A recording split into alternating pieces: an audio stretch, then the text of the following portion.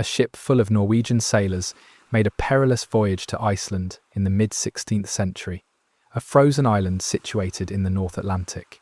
A notorious and dangerous journey, they knew they were in trouble when dark storm clouds began to gather on the horizon. Their boat was violently thrashed by wind and rain, tossed about like a cork on the immense waves. The storm lasted for days, blowing them far off course with no idea of their destination. Just as all hope seemed lost, the storm began to subside, and they sighted land in the distance. They managed to beach their boat through the turbulent waters into a small ice-choked cove, where they waited for the remainder of the storm to pass. They didn't know it, but the storm had carried them all the way across the Atlantic, and the coast they were now sheltered on belonged to Greenland, a bleak and icy land on the northern edge of the American continent. In those days, Greenland was a vast, icy tundra, where no sensible European would dare to venture. Yet, as they waited for the storm to die down, they spotted something not far from their boat. It was a man lying face down and dead in the snow. His clothes, made from seal skins and fur, led them to believe he must be an Inuit, one of Greenland's indigenous inhabitants. But as they approached, something didn't seem right. They turned the man over and were surprised to see he had red hair and pale skin. He was a Norseman, just like them, but he was dressed in the attire of an Inuit hunter. On his head was a well-made hood, and his clothing consisted of a mix of frieze cloth and sealskin. Lying near him was a sheath knife, bent, worn and corroded. They theorized he must have wandered through the wilderness in these clothes to the coast, perhaps hoping to find a ship to take him away, only to die right there on the beach, completely alone at the edge of the world. Moved by this sight, the sailors took his knife. When the weather cleared and they set sail for Iceland, they took the knife with them.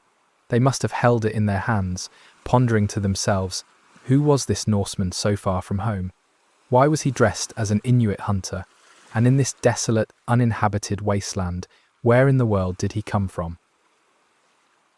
This episode will explore the incredible saga of the Vikings of Greenland, one of the most unlikely tales of a society's fall. We'll see how these European settlers built a society on the farthest edge of their known world, surviving for centuries in some of the most unforgiving conditions ever faced by humans. We will also examine the evidence surrounding the final mysterious collapse of this civilization.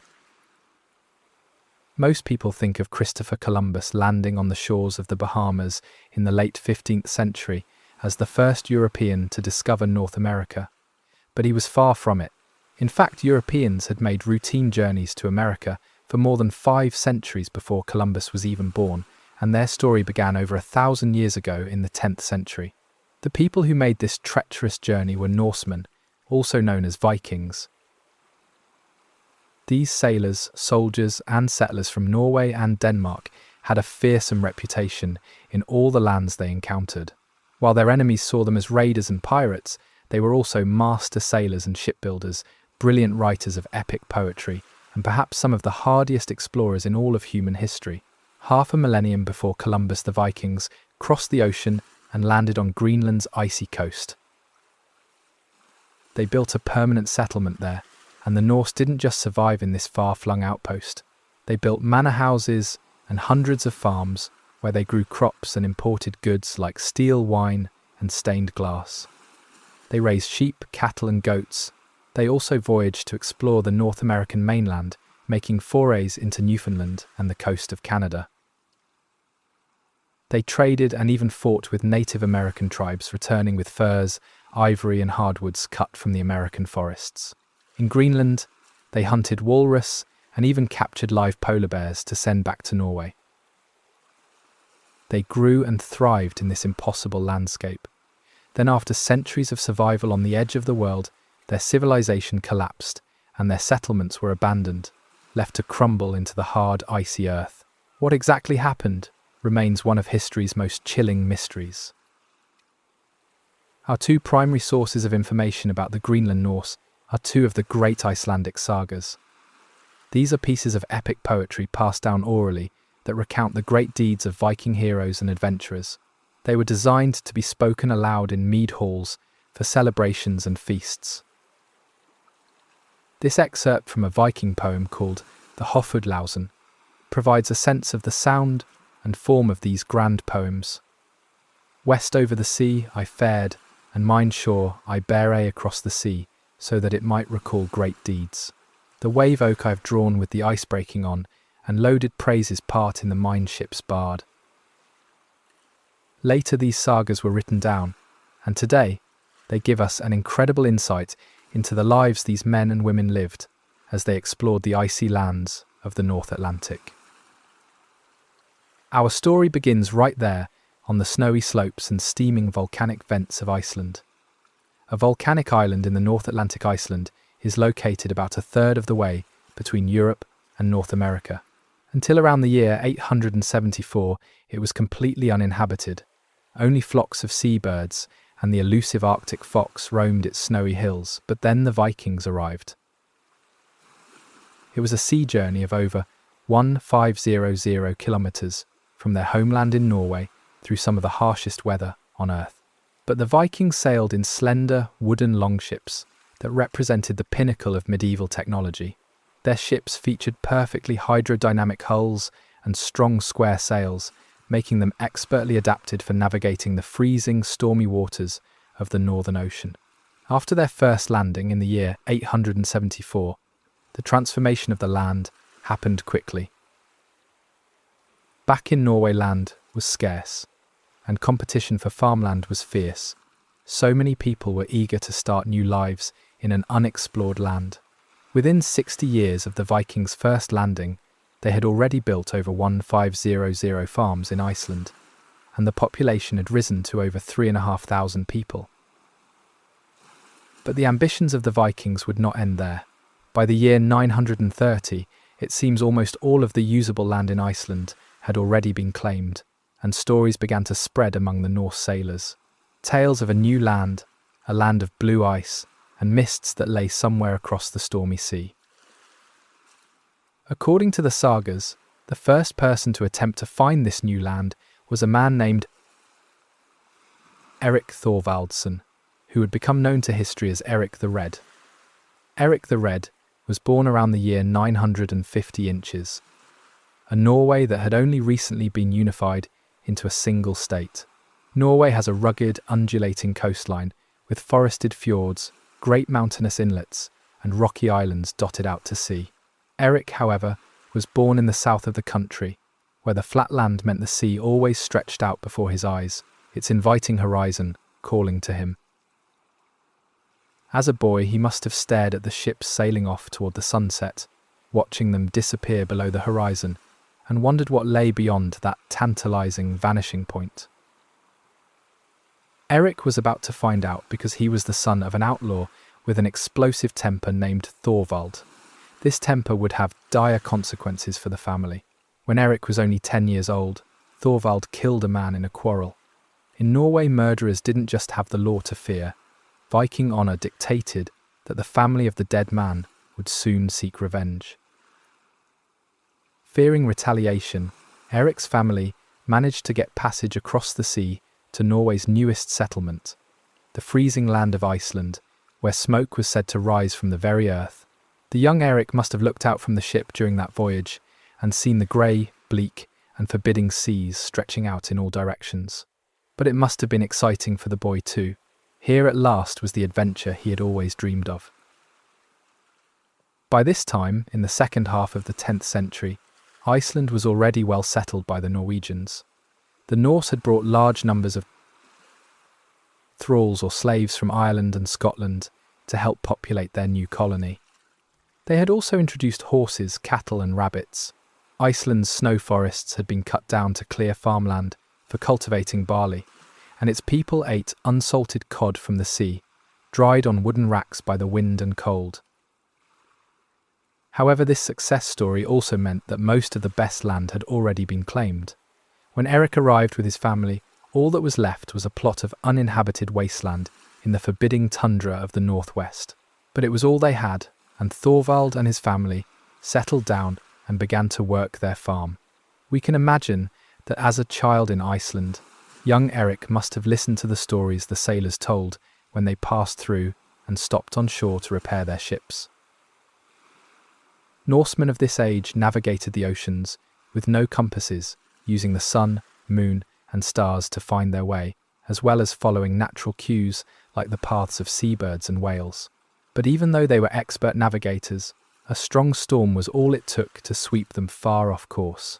The Vikings of Iceland believed they lived on the edge of the world, but even then stories were beginning to spread of sailors who had been blown off course and seen strange things in the distance.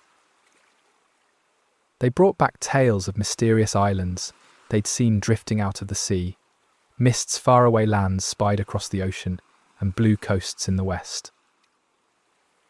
When Erik's father Thorvald died, Erik inherited their humble farm and started a family of his own. But as he grew into a proud and pugnacious young man, it became clear that Erik the Red had inherited some of his father's temper and even more of his bad luck. One day, a group of workers on Erik's farm caused a landslide that tumbled into a neighbouring farm. This farm belonged to a disagreeable neighbour known as Eyjolf the Foul. Eyjolf lived up to his name. Enraged by the damage, he killed Erik's workers. But Erik was his father's son, and he would not take this insult lightly. He chased after Eyjolf, and in the brutal struggle that followed, Erik prevailed, killing Eyjolf the Foul.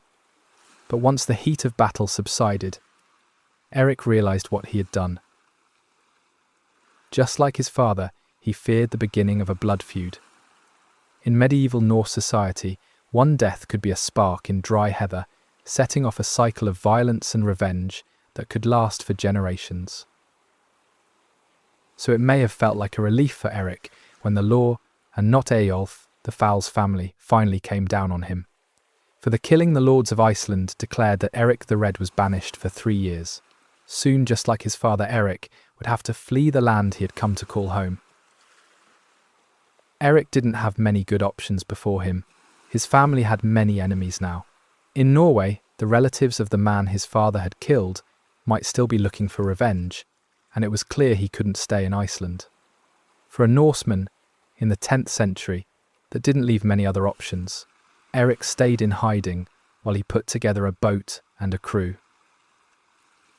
It must have been during this time that those stories came back to him, the stories he'd once heard the sailors tell of islands in the mist and blue coasts half seen beyond the horizon. In the year 982, at around the age of 30, Erik set sail once again with only one goal in mind. He was going to reach the mythical land that was said to lie on the other side of the ocean. Many people must have laughed at him, but that year he set sail, and his voyage would change the map of the world forever. Greenland is the world's largest island that is not considered a continent. Over 80% of its landmass is covered by the Greenland ice sheet, a plate of ice up to 3 kilometers thick, making it the second largest body of ice in the world, behind only Antarctica.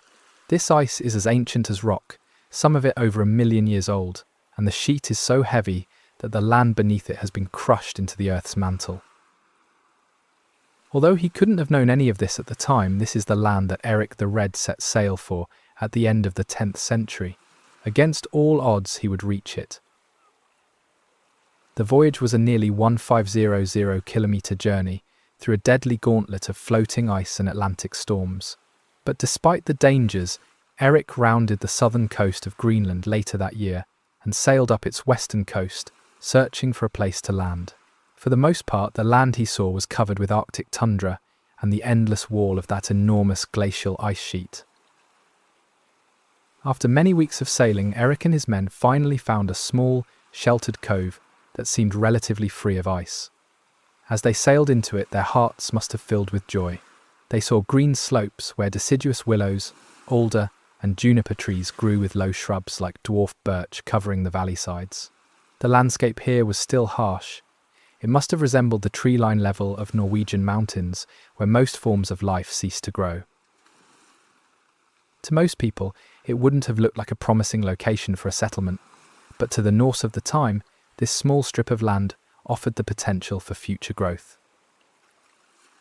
Erik would spend the next 3 years of his exile exploring this new land, methodically sailing up its coast and carefully noting what he saw.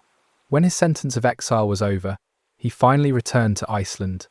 With a plan in mind, he was going to gather as many settlers as he could and travel back to this new land to settle it permanently. But he knew it was going to be a hard sell. How could he convince enough settlers to risk that dangerous crossing for a land that was barely more than a sliver of green on the edge of a barren ice sheet? It seems that Erik the Red had a talent for salesmanship, and one of the key ways he encouraged people to follow him was with the name he gave to his newly discovered land. The Icelandic saga of the Greenlanders recalls this trick with a somewhat ironic tone. There was a man called Erik the Red who travelled out from here and took land. He gave a name to the land and called it Greenland, and said that people would be more eager to go there because the land had a good name. Perhaps imagining rolling green fields and pastures, many Icelanders agreed to follow Erik. When summer arrived again, he set sail once more for the land beyond the ocean. But this time, he wasn't going alone. Erik the Red had assembled a great fleet of 25 ships full of men, women, and children, along with supplies, building materials, wood nails, and livestock, including cattle, chickens, and rabbits. It must have been an incredible sight, all of those colourful sails and dragon-headed prows cutting through the ocean waves. Of these 25 ships, for the medieval Norse of Europe, establishing a colony in Greenland was about as difficult as we might find establishing a colony on the moon today. While only 18 astronauts have ever been killed in the history of space exploration, the casualties for medieval Vikings crossing the Atlantic were enormous, and the reasons aren't hard to imagine. Firstly, the journey to Greenland took several weeks by sea, through freezing Arctic conditions. To understand the kind of ships the Norse used, there is no finer example than the so-called Gokstad ship in the Museum of Oslo. When you see this ship, you are immediately impressed by its slender, organic shape, which testifies to the enormous skill of the shipbuilders. But you're also struck by how small and exposed it is, and you can imagine how the Vikings huddled on board must have suffered on those weeks-long voyages, through storms and waves that likely towered over their tiny vessels. Today, it seems incredible that anyone survived these journeys at all. Greenland is about as far from Iceland as Iceland is from Norway, both journeys being approximately 1500 kilometres. But although the distances are similar, the voyage from Iceland to Greenland was many times more dangerous. Worse than anything else was the drift ice. Greenland sits on a powerful current flowing down from the Arctic Ocean, which carries huge blocks carved from glaciers and icebergs the size of mountains. This freezing current runs down the east coast of Greenland and then back up the west coast, effectively surrounding the island with a chainsaw blade of flowing ice. This flow causes just as much of a problem for modern shipping as it did in the 10th century. But the Vikings had none of the advantages of our technology. One story illustrates just how deadly these seas could be. A saga tells of a Norse Icelander named Loden, who earned the nickname Lickloden or Corpse Loden, because he made his living sailing up and down the east coast of Greenland, exploring its caves and coves and gathering the corpses of men shipwrecked there. Ships were always wrecked in this ice from the northern bays. Lickloden would search the waves to the north and bring the bodies he found in caves and on rock ledges back to church. They had come there from the drift ice or wrecked ships, and near them they often lay carved runes about all the events of the misfortunes and sufferings. But the skill of Norse sailors meant that many did successfully navigate this asteroid belt of ice. Still, it couldn't hurt to pray. One surviving document contains a prayer written by a Greenland sailor and about to undertake this perilous voyage. God, the sinless I pray, save my voyage from danger. Lord of heaven on high, guard my ways. Despite these immense obstacles, Erik and his surviving 14 boats of settlers did succeed. They landed in Greenland and started one settlement on the south tip of the island. This would become known as Eystrabygda, or the Eastern Settlement, where Erik built his estate and began to farm the land. Later, the Norse sailed up the western coast of Greenland and founded a second settlement called Vestribygda, or the Western Settlement. Life in Greenland was hard. It has an Arctic climate with average temperatures that don't exceed 10 degrees Celsius and 50 degrees Fahrenheit, even in the warmest summer months. Winter temperatures can plummet to as low as -50 degrees Celsius, -58 degrees Fahrenheit. For 2 to 3 months in the summer, there is continuous daylight, the so-called midnight sun, while in winter, the sun never quite rises, with only 3 to 4 hours of twilight peeking over the horizon. Despite the harsh climate, the Norse were expert settlers. There is evidence that they adapted to the difficult farming conditions of the Greenland winters by aggressively fertilizing the soil around their farmsteads. While the men hunted, the women would have spent their days improving the soil, spreading it with manure to increase its fertility. Studies of the soil at early Norse settlements show a dramatic increase in thickness after their arrival and the establishment of their farms.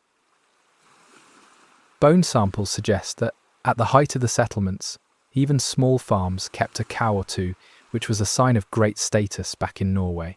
Written records from Greenland mention dairy products like cheese, milk, and yogurt as important staple foods. However, it soon became clear that the Greenland settlers wouldn't just survive in this barren land. They would thrive and ultimately make themselves and their home country very wealthy.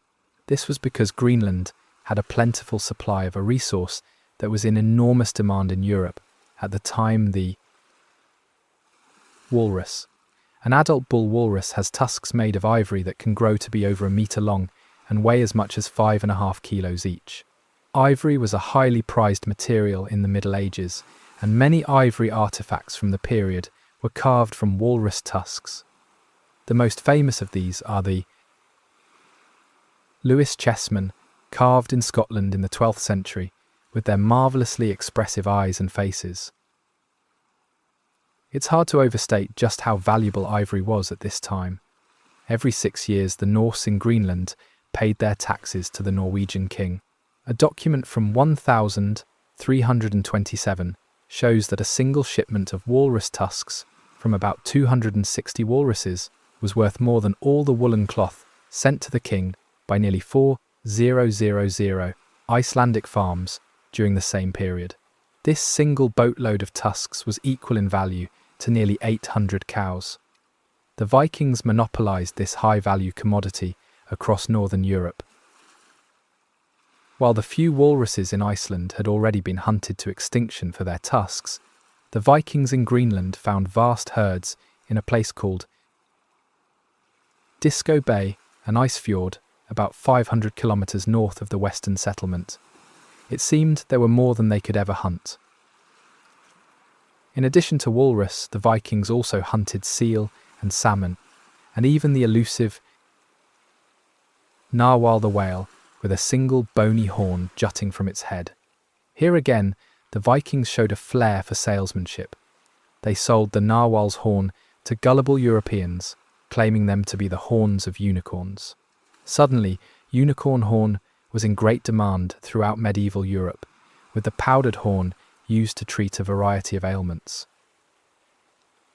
It was believed that unicorn horns could detect poison in food and drinks, and the horns themselves were used to make the sceptre and imperial crown of the Austrian Empire and the unicorn throne of the Danish kings, among other artifacts. Across Europe, this growing economy attracted more people to Greenland, and before long there may have been over 5,000 inhabitants spread across the fjords and valleys of Greenland's coast. Most of these would be in the eastern settlement, which was the closest to Europe and the better connected of the two. In the eastern settlement, at a place they called Garda, the Norse built an ornate Christian cathedral out of sandstone, quarried from the Greenland hills, likely using the skills of stonemasons brought from Norway. This cathedral was complete with stained glass and a heavy bronze bell shipped over from Europe. It must have been quite a sight when the eerie lights of the aurora borealis flickered over this church. Just as impressive today are the remains of a barn in Gardar itself, the size of a cathedral. Its doorways are built of enormous solid stone blocks that today look like the pillars of Stonehenge. Here, the prized animals of the Greenland Vikings, perhaps as many as 100 cows, would shelter through the bitter winters, protected from the biting wind and snow by thick walls covered in banks of earth. Viking chronicles record that in the spring the Vikings often had to carry their cows out of these sheds, as the animals' legs grew so weak from inaction during the long, dark winter months. But despite their impressive advancements, the colonies of Greenland never became truly self-sufficient. This can be seen in the story of one Greenlander named Asmund Kastanrassi. In 1189, Kastanrassi built his own ship in Greenland, a remarkable feat considering the lack of timber, steel, and other building materials there. The ship was held together with wooden pegs and lashings made of walrus sinew, and astonishingly, he successfully sailed it back to Iceland. Although we don't know exactly what this craft looked like, we can tell it was a strange sight by the way people reacted. When he landed, the Icelanders, on shore, gathered around to marvel at his bizarre Frankenstein's monster of a ship returned from the edge of the world. But Kastanrassi's inventiveness could only take him so far. Somewhere on the next leg of his voyage to Norway, the sinew tendons and wooden bolts holding the craft together gave way. The ship broke apart and Kastanrassi went down with it, somewhere in the North Sea. This story provides a sense of just how difficult life would be for the Greenlanders if their connection to Europe was somehow severed. The harsh weather conditions of Greenland weren't the only opponents the Greenlanders faced. When the Vikings first arrived, they found clues that they weren't the only people to have set foot there. In fact, the sagas recall how the Vikings stumbled upon the ruins of a previous habitation, finding their people's habitations both to the east and the west on the land. They discovered pieces of skin boats and worked stones, from which one could tell that a people were already there, whom the Greenlanders call Skraelings. The word Skraeling is the only word from the old dialect of Greenlandic Norse to have survived into modern Icelandic. In the modern language, it means something like barbarian. In the Middle Ages, the Greenland Vikings used it to describe the various tribes and peoples they encountered during their exploration of the New World. In Viking folklore, the indigenous peoples of North America are often depicted as semi-mythical, less than human creatures that transform into witches, pygmies, and trolls. The first people the Norse encountered in Greenland were called the Dorset, but their contact was fleeting.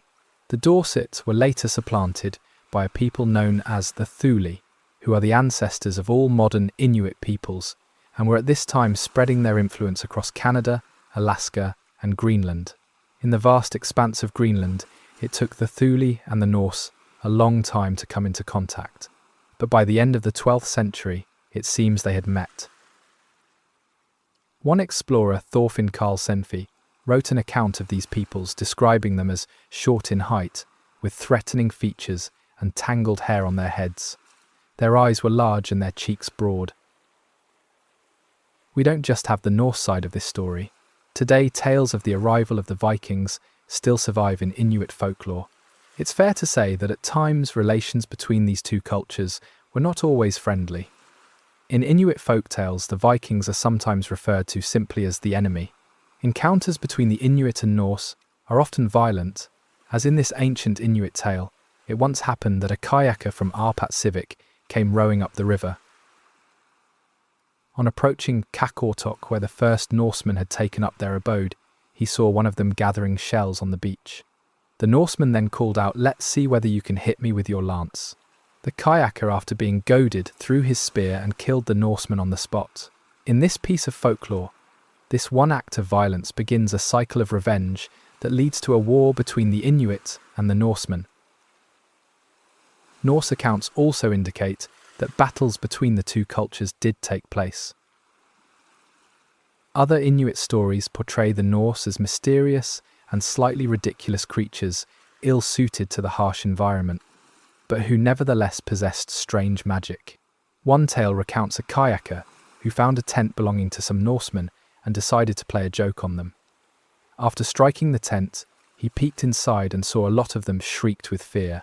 There were 4 fathers and their children, and they fled in fear across the ice. But the ice was thin and broke, causing them all to drown.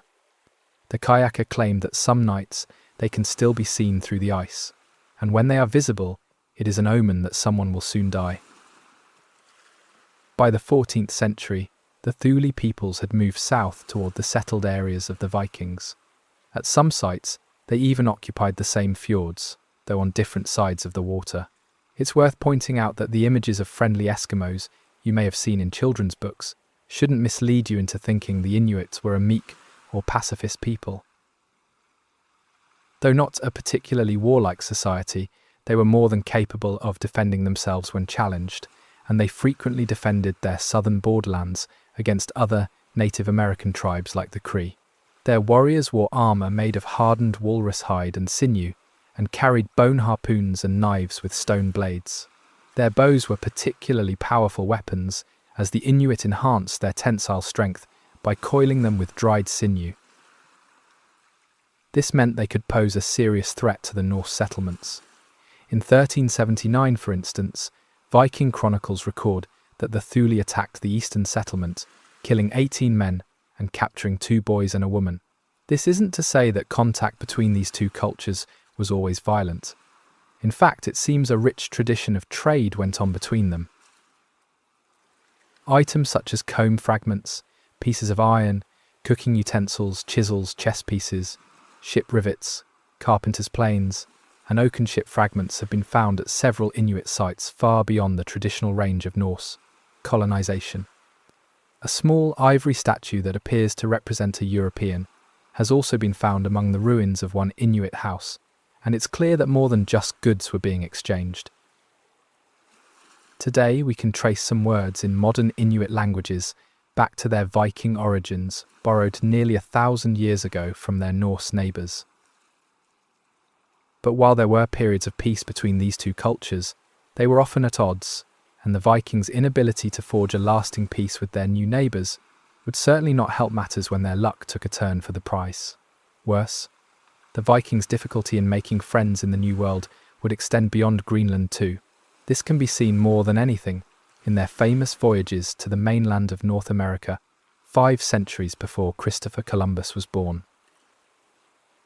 The Icelandic sagas vary on who was the first Norseman to discover America, but many believe that the most plausible account gives the honour to a man named Leif Erikson. In Norse naming conventions, the name Erikson means he was literally the son of Erik, and the Erik in question was the one we've already spent some time with, Erik the Red. Born the son of this high chief of Greenland, Leif Erikson shared some of his father's adventurous spirit and a little of his appetite for trouble. In the year 999, Leif travelled back to Norway as a young man in his 22nd and swore to serve under the Norwegian king Olaf I. Olaf was the first Norwegian king to convert to Christianity and to turn his back on the old gods of his ancestors Thor, Odin and Loki. While serving under King Olaf, the young Leif also converted to Christianity, and soon the new king had a mission for him. He was to return to his home in Greenland and convert the people there to Christianity too. So Leif was soon back on the sea, but whether by divine intervention or by the fickle nature of fate, Leif was blown off course like so many Vikings before him.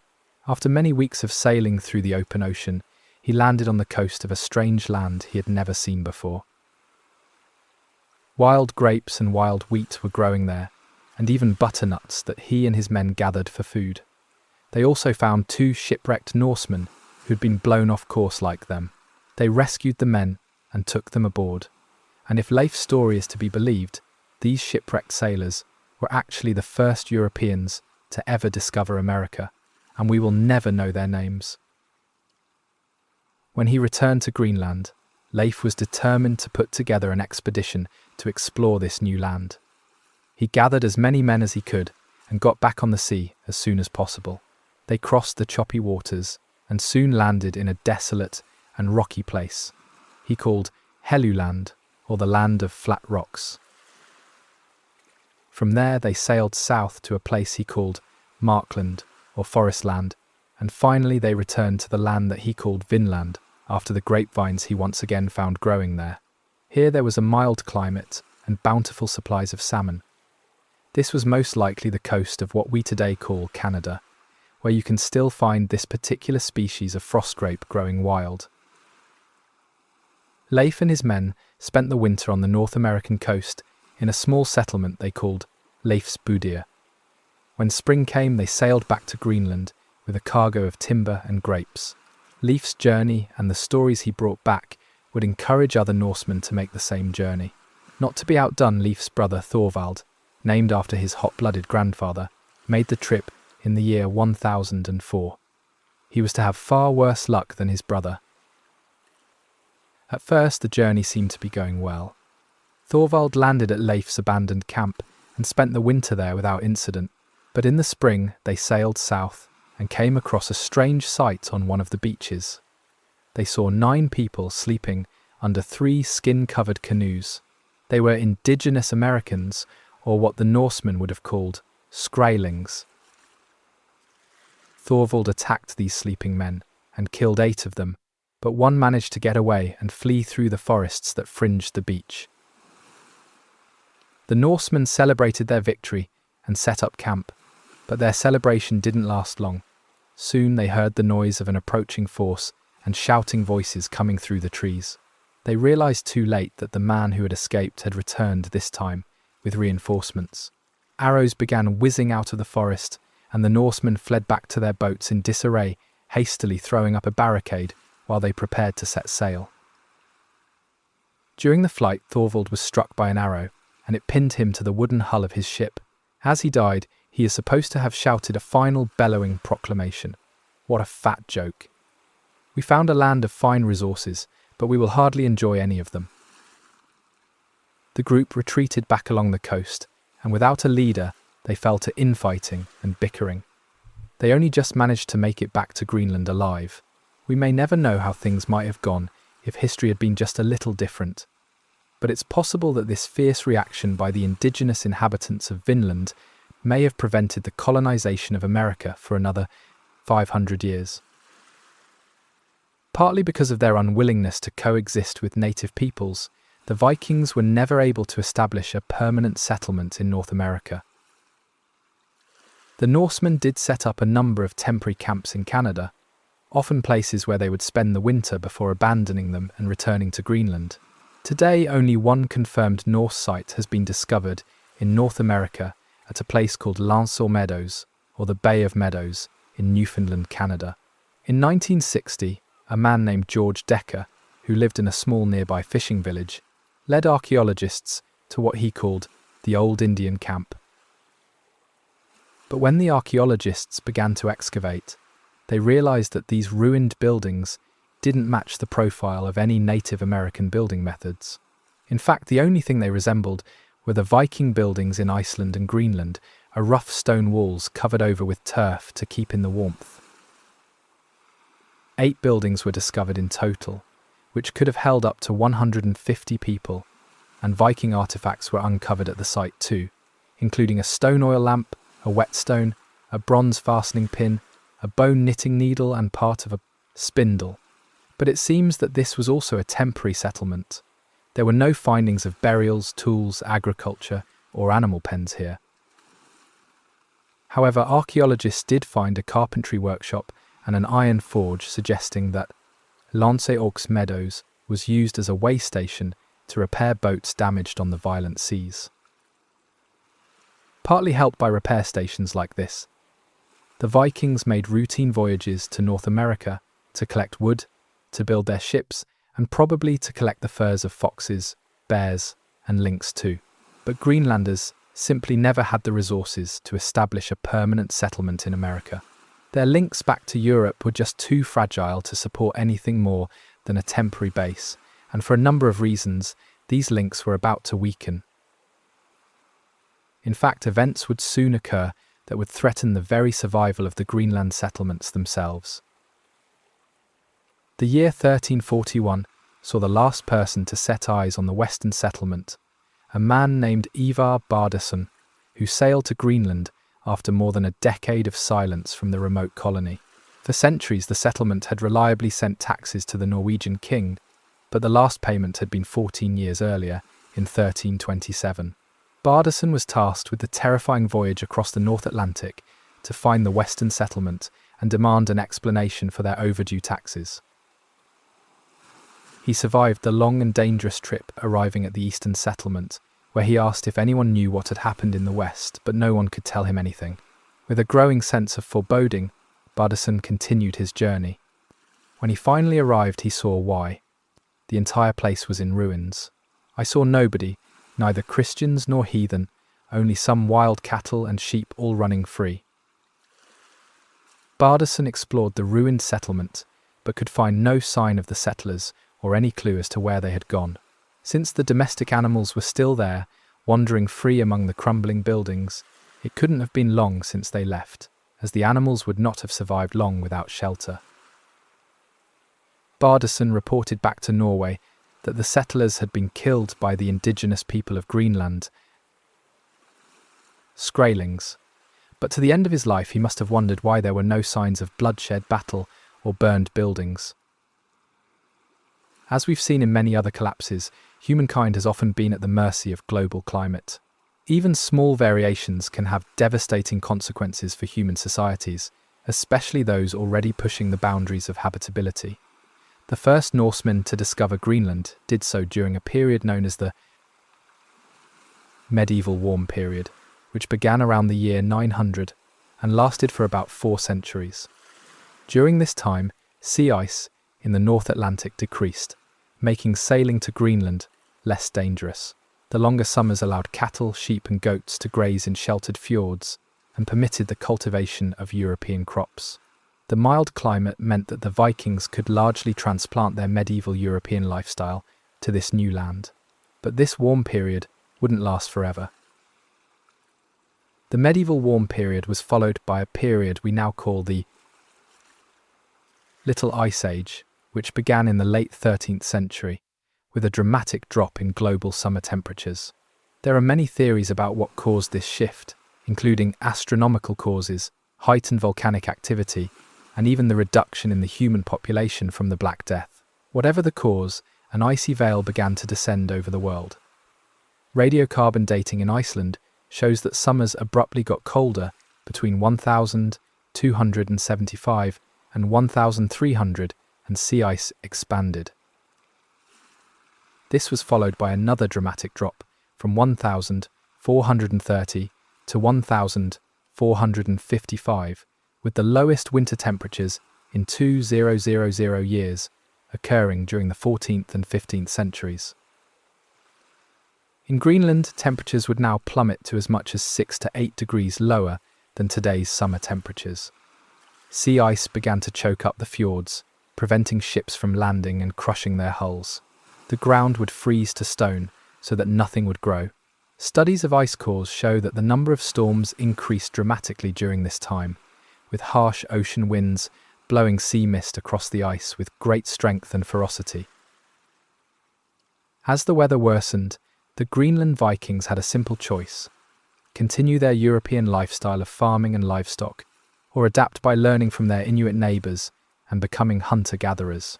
For a long time, historians assumed the Norse didn't adapt, clinging to their crops and livestock until they all died.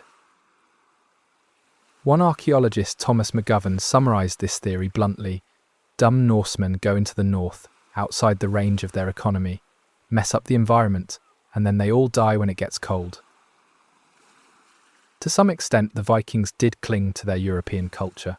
Archaeologists have recovered well-preserved clothing left behind by the Norse, showing that they wore woolen clothing and kept up with the latest European fashions, while their Inuit neighbours knew that seal skins and furs offered the best protection against the cold. The Norse also seem to have clung to their European eating habits, never learning to cut holes in the ice to fish or carving bonefish hooks the way the Inuit did. Some commentators have focused on the damage the Norse may have done to their environment. They observed that the Vikings imported farming methods that worked well in Europe but were less suited to Greenland's thin soils and short grazing seasons. Over the centuries, the Norse also cut down low trees and vegetation, partly to create pastures for their animals. While the Inuit burned seal blubber for heat and light, the Norse continued to burn wood in their stoves and hearths, just as they would have in Europe. This deforestation gradually exposed the land to brutal, icy winds, and soon the topsoil was blown away and covered in sand and ice.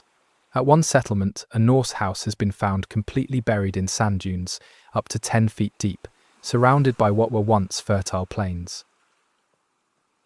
So some of the collapse can certainly be attributed to the Greenlanders' failure to adapt and their damage to the environment. But new evidence suggests this might not be the complete picture. Recent excavations of Norse settlements show that around this time, the Norse did undergo a dramatic shift in their diet. Like the Inuit, they began to hunt seals, and the amount of seal bones found in their rubbish heaps increases dramatically during this period. Bone analysis shows that food from the sea would increase as a proportion of the Norse diet until it made up about 80% in the final days of the settlements. Far from causing irresponsible environmental damage, it seems the Norse were careful to manage their scarce resources. For example, their efforts to fertilize the harsh soil actually increased during the Little Ice Age. Another example is how they conducted their seal hunting. They seem to have limited their hunting of the critically endangered harbour seal, which raises its young on beaches and is easy prey. Instead, they hunted the more abundant but more difficult to catch harp seal. Despite these efforts to adapt, studies of human remains show that the population became severely malnourished around this time. Skeletons from the late period of the settlements are stunted in growth, and their teeth are worn down from eating poor quality food. Perhaps the Greenland Norse might still have survived. These settlements continued for over a century, even after the climate reached its coldest point. Part of the reason is that their connection to Europe allowed them to continue getting supplies. But as the 14th century wore on, that connection was put under increasing strain. In 1349, a ship from England docked in the Norwegian port of Bergen. It carried black rats with fleas that spread the bacterium known as the bubonic plague, or Black Death. The plague ravaged Norway for about 6 months, killing as much as 40 to 50% of the population. Every major industry, including shipbuilding and maintenance, suffered or collapsed completely. Although there's no evidence the Black Death reached Greenland, this epidemic was devastating for the Vikings, as Bergen was the port from which all voyages to Greenland departed. Supply missions slowed to a trickle. The last bishop of Greenland died around 1378, and no replacement was ever sent from Norway. Matters worsened in 1393, when German pirates attacked, pillaged, and burned Bergen to the ground, effectively severing the link from Greenland to mainland Europe. Imports of grain from Norway virtually stopped, which happened right as the cold weather swept in and their crops and cattle began to die. They also became increasingly short on iron, as shown by the lack of nails or iron objects in the top layers of their settlements. Archaeologists have found the tragic artifacts of knives worn down almost to stubs from constant reuse, but still too precious to throw away. With food dwindling, the Norse would have had little choice but to hunt even more seals and walrus to feed themselves. To make this possible, they couldn't spare a single man. Every able-bodied hunter would have had to sail farther and farther up the coasts, sometimes travelling as much as 1,500 kilometres on their hunts. Their ships at this time might have resembled something closer to Kastanrassi's Frankenstein's monster of a craft, rather than the sleek longboats from Norway. Virtually all the men of the settlements would have left on these long trips. As the climate worsened, the ice spread and storms increased. It's not hard to imagine what could go wrong. For a historical parallel, consider the Shetland Islands in 1832, where a freak storm sank 16 fishing boats and killed over 100 men. In some communities, over 80% of the male population was wiped out in a single day. As the Greenland Vikings were driven ever further from their home seeking food, it's easy to imagine a similar catastrophe striking them. After that, the death of these communities would have been assured. The 15th century marked the end of the Norse presence in Greenland. The last written record documents a marriage in 1408 at Havalsi Church, part of the eastern settlement. The ruins of Halsey Church can still be seen today. It's the best preserved Norse building in Greenland and almost looks like a part of the landscape. By 1435, archaeological evidence suggests all the Greenland Vikings had disappeared. It's as if they simply vanished from the earth. At least some of this decline appears to have been economic. Walrus, ivory, Greenland's most valuable export, began to lose its value toward the end of the Norse period. This was the beginning of the age of European empire, and Mediterranean countries, like Portugal, began opening trade routes with sub-Saharan Africa, bringing high-quality elephant ivory into the European market. Elephant tusks yielded higher quality and larger ivory than walrus tusks. With the climate worsening and the cold winters intensifying, some of the Greenland Vikings may have simply drifted back to Iceland or Norway and seen no point in returning. As is common with economic downturns, this seemed to be especially true for the younger generations. In the later stages of Norse settlement, most human remains found are of older people. All the youngsters seem to have left for somewhere else. But this emigration doesn't seem to have happened en masse. The Icelandic chronicles contain no mention of an exodus or evacuation from Greenland, and if thousands of people had arrived on Iceland's shores looking for food, there would surely be some mention of it in the histories. At other sites around Greenland, the situation appears to have been bleak. Remains of blowflies found in the living areas of some Norse ruins suggest that at some point the bedrooms were home to rotting carcasses and that no one was left to bury the dead. The silted-up ruins of one Norse farmhouse tell another chilling story. Archaeologists found the remains of two animals there, a newborn calf and a Norwegian elk hound, a large hunting dog. Both sets of bones were covered in knife marks, meaning they had been butchered and eaten. A family would only have killed and eaten this dog if they were on the verge of starvation. Hunting dogs were vital for survival, as they helped the Vikings catch animals like caribou in the spring. We can imagine the Norse were no more inclined to kill their four-legged companions than we might be today, but at this point they may have had little choice. Remains also show that around this time, the Vikings began eating cow hooves and hunting small animals like birds and rabbits, which they wouldn't have considered worth hunting before. So this is the most pessimistic theory. As the climate worsened and ships from Europe stopped coming, all the remaining Greenland Vikings simply starved and froze to death in their homes. But there is one final theory that changes the outcome of this story completely. Could it be that the Vikings didn't simply freeze and starve? In fact, might they have left for somewhere else? In 1723, a Norwegian explorer named Hans Egede visited Greenland, intending to find the Norsemen he believed still and lived there. Like Bardason before him, he was disappointed to find only rubble and ruins. But while there, he spent time with the Inuit people and asked if they knew what had happened to the Vikings. The Inuit had no clear answers, but they showed him the ruins of a stone church and told him that the Norwegians did it when they left this country. If they left, where did they go?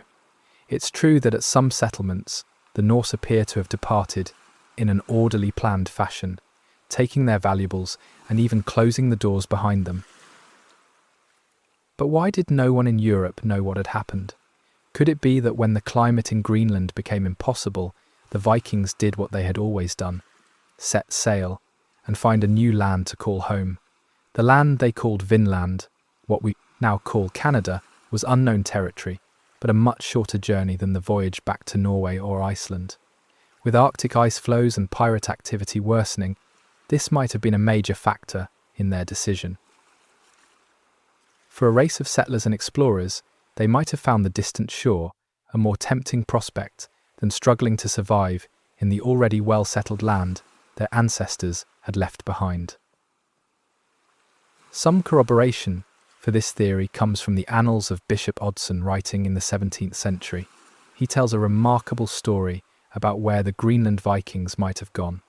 The settlers of Greenland lapsed of their own free will from the true faith and the Christian religion. Having abandoned all good conduct and true virtues, they turned to the people of America. There is more evidence that at least some of the Greenland Vikings may have departed for America. Around the period of the settlement's decline, in 1347, the Icelandic chronicles mention a curious incident. A ship arrived on the shore of Iceland after being blown off course, and the crew claimed their destination had been Vinland. Some have argued this could have been one of many ships full of Norse immigrants trying to start a new life on the coast of North America, once life in Greenland had become impossible. What happened to these settlers, if they existed?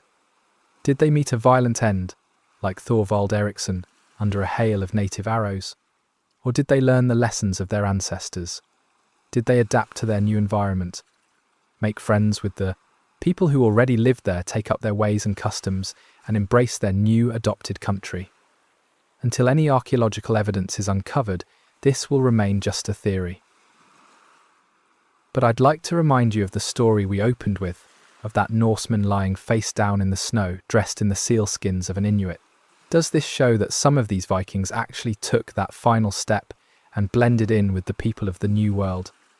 I like to imagine that at least some of the Vikings of Greenland swallowed their European pride and put on the seal, skins that would keep them warm through the increasingly darkening winters. I like to imagine that they once again set sail for a new horizon and lost themselves somewhere on the shores of a new world. I want to end by reading a piece of ancient Norse poetry called the Voluspa.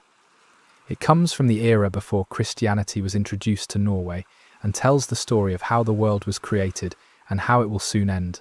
This passage describes the coming of Ragnarok, the end of the world.